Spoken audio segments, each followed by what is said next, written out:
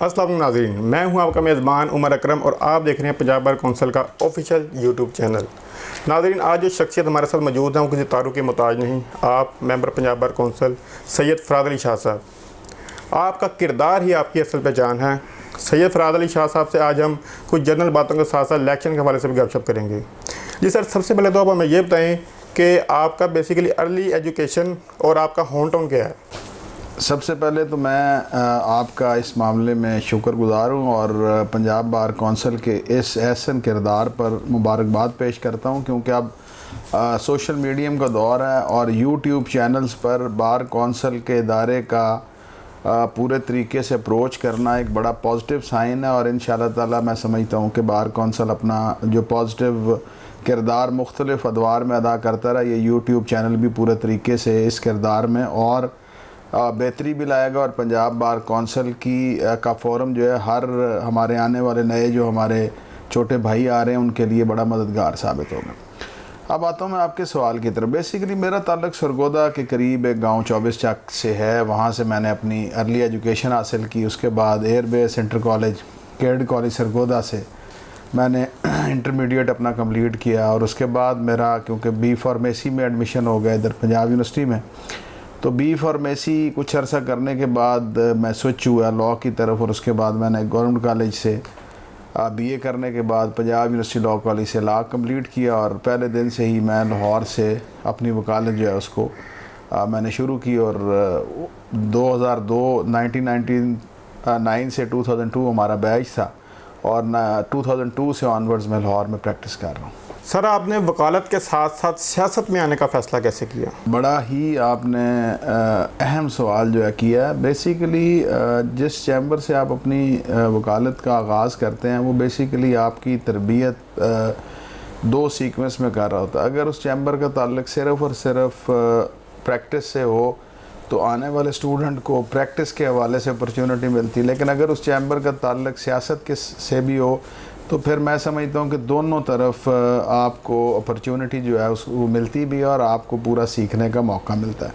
मुझे क्योंकि खुशकिस्मती से बुरहान मौज़ूम मलिक साहब के चैम्बर को ज्वाइन करने का मौका मिला, जहाँ पर प्रैक्टिकल पॉइंट ऑफ व्यू से भी सिखाया जाता था और पॉलिटिकल बैकग्राउंड भी उस चैम्बर की थी, तो दोनों तरफ की पूरे तरीके से वहाँ पर तरबियत की गई। तो लाजमी सी बात है कि प्रैक्टिस करते हुए एक इंसान का शौक़ होता है कि वो एक नामवर वकील बने।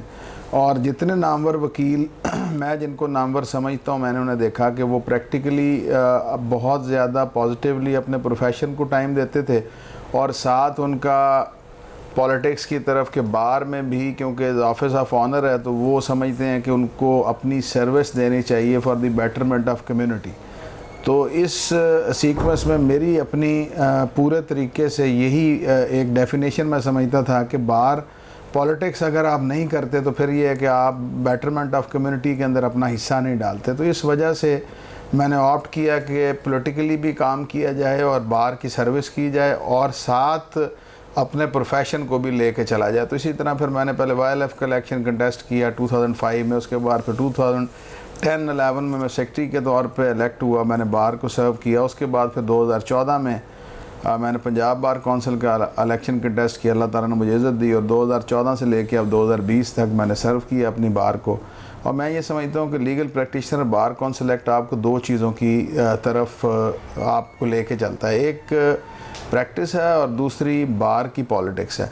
तो एक वकील को मैं उस वक्त तक मुकम्मल समझता ही नहीं जब तक वो पॉलिटिकल और अपना प्रोफेशन को साथ लेके न चले।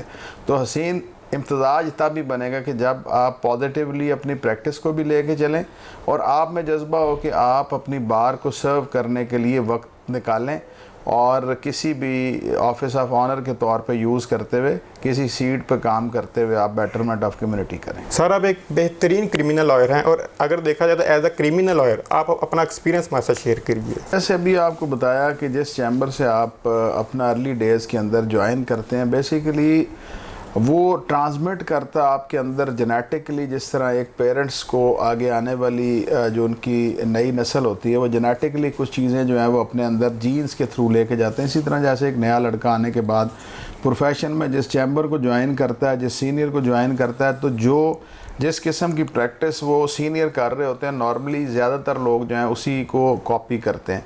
तो क्योंकि मैंने जिस चैम्बर को ज्वाइन किया वो क्रिमिनल ट्रायल का एक चॉइस लॉयर थे और उनका है अभी भी, और उसको उनका क्योंकि बेसिकली क्रिमिनल ट्रायल का और सेशन ट्रायल का काम था, तो हमने उनके साथ काम किया। मैंने 6 साल उनके साथ काम किया। तो वो चीज़ें जो थी वो बेसिकली आपके कॉन्टेक्स्ट बन जाते हैं, लोगों से आपका एक तारुफ हो जाता है, अदालतों में आपकी एक इंटीमेसी बन जाती है। तो क्योंकि वो क्रिमिनल ट्रायल का काम करते थे तो मैंने भी क्योंकि वो काम किया, तो फिर इसी तरह से वो कंटिन्यूटी बन जाती है। तो इसी तरह से फिर फ़ौजदारी वकालत, फिर उसके साथ साथ थोड़ा सा आपके अपने किसी वकील की प्रैक्टिस के अंदर उसके अपने मिजाज का बहुत बड़ा अमल दखल होता है। और फ़ौजदारी वकालत जो थी वो मेरे लिए शुरू से अट्रैक्टिव भी थी, क्योंकि ये आप फ़ौजदारी वकालत में अगर देखें तो ये प्लॉजिबिलिटी ऑफ फैक्ट्स के ऊपर बहुत ज़्यादा बेस करती है। और अगर आप फैक्चुअल किसी बात की प्लॉजिबिलिटी पे वर्क अगर कर सकते हो और आपका क्रिएटिव माइंड हो और आप डॉक्यूमेंट्स की प्रो एंड कॉन को अगर निकाल सकते हो, तो आप एक बहुत अच्छे फ़ौजदारी वकील बन सकते हैं।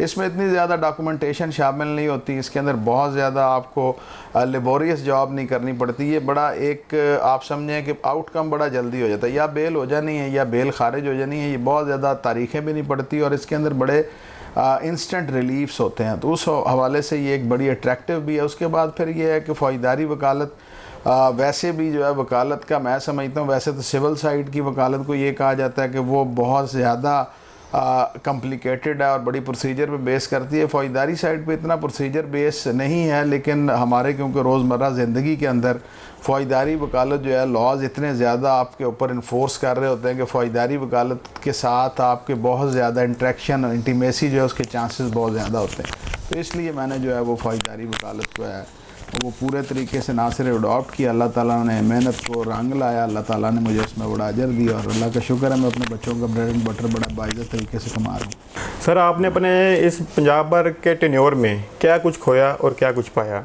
क्योंकि जब कैंडिडेट कोई जीतता है तो बहुत से लोगों की, उसके आसपास के करीबी लोगों की उससे उम्मीदें वाबस्ता हो जाती हैं।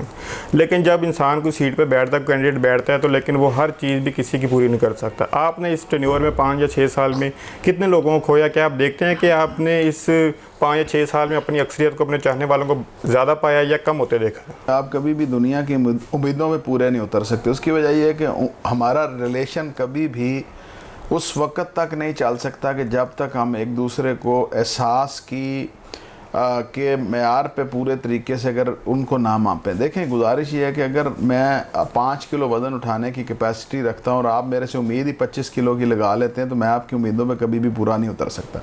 इंसान अगर किसी को जवाब दे होता है तो इंसान अपने ज़मीर को जवाब दे होता है कि इधर वे अगर मैंने बार को सर्व करने के लिए, कम्युनिटी को सर्व करने के लिए अगर मैं आगे आया था और बार ने मुझे बाइज़्ज़त तरीके से एक ओहदे पर बिठाया, तो मैं अपने ज़मीर को सबसे पहले जवाब दूँगा कि क्या मैंने उस मैंडेट को पूरे तरीके से उस पे मैंने काम किया, मैंने कम्युनिटी के लिए काम किया या मैंने काम नहीं किया।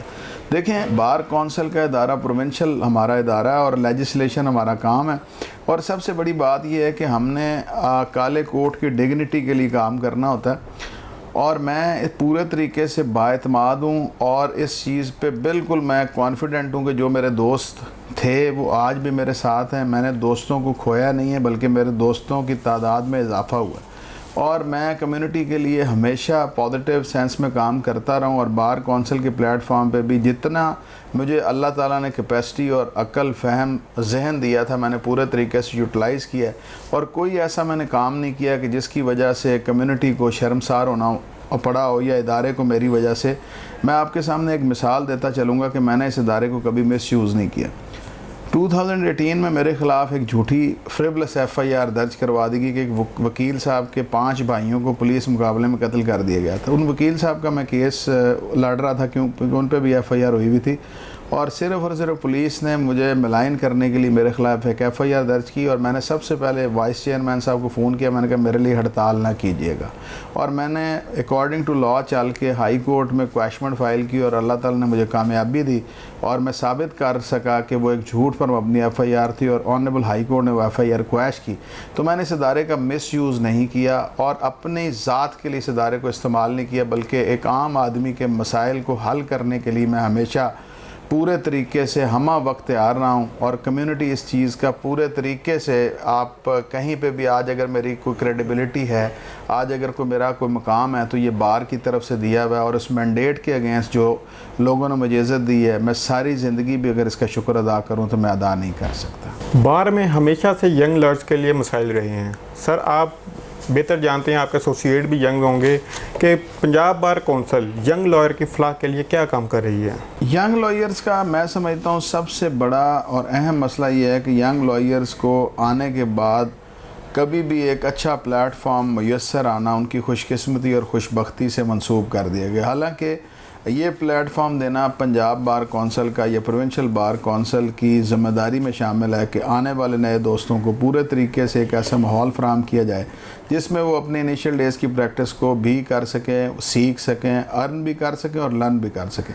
देखें, मैं एक एग्ज़ाम्पल दूंगा आपके सामने। अगर कोई डॉक्टर आता है नए फील्ड के अंदर, तो डॉक्टर्स को स्टाइपेंड भी दिया जाता है और उन्हें हाउस जॉब भी दी जाती है। इसी तरह इंजीनियर्स आते हैं तो उनको स्टाइपेंड भी दिया जाता है और उनको पूरे तरीके से किसी न किसी डिपार्टमेंट के अंदर उनकी इंडक्शन की जाती है। लॉयर्स का सबसे बड़ी सितम ज़रीफ़ी ये रही कि हुकूमत का, हालांकि कॉन्स्टिट्यूशन ये कहता है कि डिस्पेंसेशन ऑफ जस्टिस जो है वो डोर स्टेप पे एक आम सिटीज़न को दी जाएगी, जैसे हेल्थ फैसिलिटीज़ दी जाती हैं या और फैसिलिटीज़ दी जाती हैं, लेकिन हुकूमत कभी भी इस बात पर सीरियस नोट पे नहीं है कि वो डिस्पेंसेशन ऑफ जस्टिस जो है वो डोर स्टेप पे दे। तो लॉयर्स को अगर हुकूमत प्रॉपर तरीके से ले और यंगस्टर्स के लिए इस किस्म की अपॉर्चुनिटीज़ पैदा की जाएं कि उनको हाउस जॉब भी करवाई जाए, उनकी ट्रेनिंग करवाई जाए, उनके ट्रेनिंग सेशंस करवाए जाएं। और ये ट्रेनिंग सेशन मैं इस तरह से नहीं कहता कि आप बार कौंसल की छत पे कमरा छत दें और आप कहें जी हमने कोई एक्सीलेंस सेंटर बना दिया और सारे यहाँ से गुजरेंगे और बाहर निकलेंगे एक अच्छा वकील बन जाएंगे। देखें, हमारे सीनियर्स की ड्यूटी है, हमारा कम्युनिकेशनल गैप बन गया कि जूनियर को एक सिर्फ पहली तो बात यह है कि उनको हम ब्रीफ में से गुजारें और दूसरी बात हम उनकी जेब में इतने पैसे ज़रूर डालें कि जिससे वो अपने घर से बाइज़्ज़त तरीके से आपके दफ्तर आएँ और दोपहर का खाना खाने के बाद ट्रेन करके शाम को बाइज़्ज़त तरीके से अपने घर चले जाएं। देखें, अर्ली डेज़ के अंदर इन मसाइल को हमने भी फेस किया है और बाखुदा मैं पॉजिटिव तरीके से ये चीज़ साबित कर सकता हूँ कि लाहौर शहर के अंदर जितने यंगस्टर को मैं पॉजिटिव तरीके से लेके चल रहा हूँ, मैं उनकी लर्निंग भी करता हूँ और उनकी अर्निंग का भी पूरे तरीके से ख्याल करता हूँ। और इसका ये मैं को उन पर कोई अपना एहसान नहीं कर रहा। मैं समझता हूँ कि अगर इस कम्युनिटी की हम बेहतरी चाहते हैं, अगर हम यंगस्टर्स में से कल को एक बड़े वकील बनाना चाहते हैं, तो फिर हमें हर चैम्बर को अपनी ये ज़िम्मेदारी पूरे तरीके से परफॉर्म करनी पड़ेगी। अगर आप ये कहेंगे बार कौंसल इस ज़िम्मेदारी को पूरी करे, तो अकेली बार कौंसल कुछ नहीं कर सकती। हर चैम्बर एक बार कौंसल का किरदार अदा कर सकता है। आप अपने जूनियर्स का मसला हल कर दें। अगर लाहौर के अंदर 500 चैम्बर्स हैं और वो 500 चैम्बर कम से कम 3 लॉयर्स को अकोमोडेट करें, उनकी ट्रेनिंग भी करें, उनकी अर्निंग और लर्निंग का मसला अपने मसले के साथ मंसूब करें, तो 1500 लॉयर्स जो हैं वो ना सिर्फ फील्ड में अच्छे तरीके से तैयार होकर आएंगे, उनको मसला नहीं होगा, कम से कम वो वकालत छोड़ के भाग नहीं जाएंगे। तो ये हमें कम्युनिटी को अपना मसला समझना पड़ेगा। जब तक इस मसले को इंडिविजुअल लेवल पर हम नहीं लेंगे, उस वक्त तक ये मसला हल नहीं हो सकता। सर, आपको पंजाब बार कौंसल का ये यूट्यूब चैनल बनाने का इकदाम कैसा लगा? पंजाब बार कौंसिल ने हमेशा बड़ा पॉजिटिव सेंस के अंदर पॉजिटिवली प्ले किया है और मैं समझता हूँ कि आज सोशल मीडिया के दौर के अंदर यूट्यूब चैनल का बनाया जाना और पॉजिटिवली इसको लेके चलना एक बहुत ऐसा इकदाम है। और मैं समझता हूँ कि सोशल मीडिया पे पंजाब बार कौंसिल का इमेज और बेहतर होगा और हमारे आने वाले नए दोस्तों के लिए बिल्कुल ये मशले राह साबित होगा। और इसमें मैं रिकमेंड भी करूँगा आपको कि आप जो भी स्पेशलाइज्ड सीक्वेंस के लोग अपने अपने प्रैक्टिस में मशहूर हैं, जैसे सर्विस साइड पे, क्रिमिनल साइड पे, सिविल साइड के, उनके lecture series Punjab bar council को शुरू करना चाहिए ताकि नए आने वाले लोगों की पूरे तरीके से ट्रेनिंग भी हो सके और नॉलेज जो है वो ना सिर्फ शेयर हो सके बल्कि वो नए आने वाले लोगों के लिए हेल्पफुल हो सके।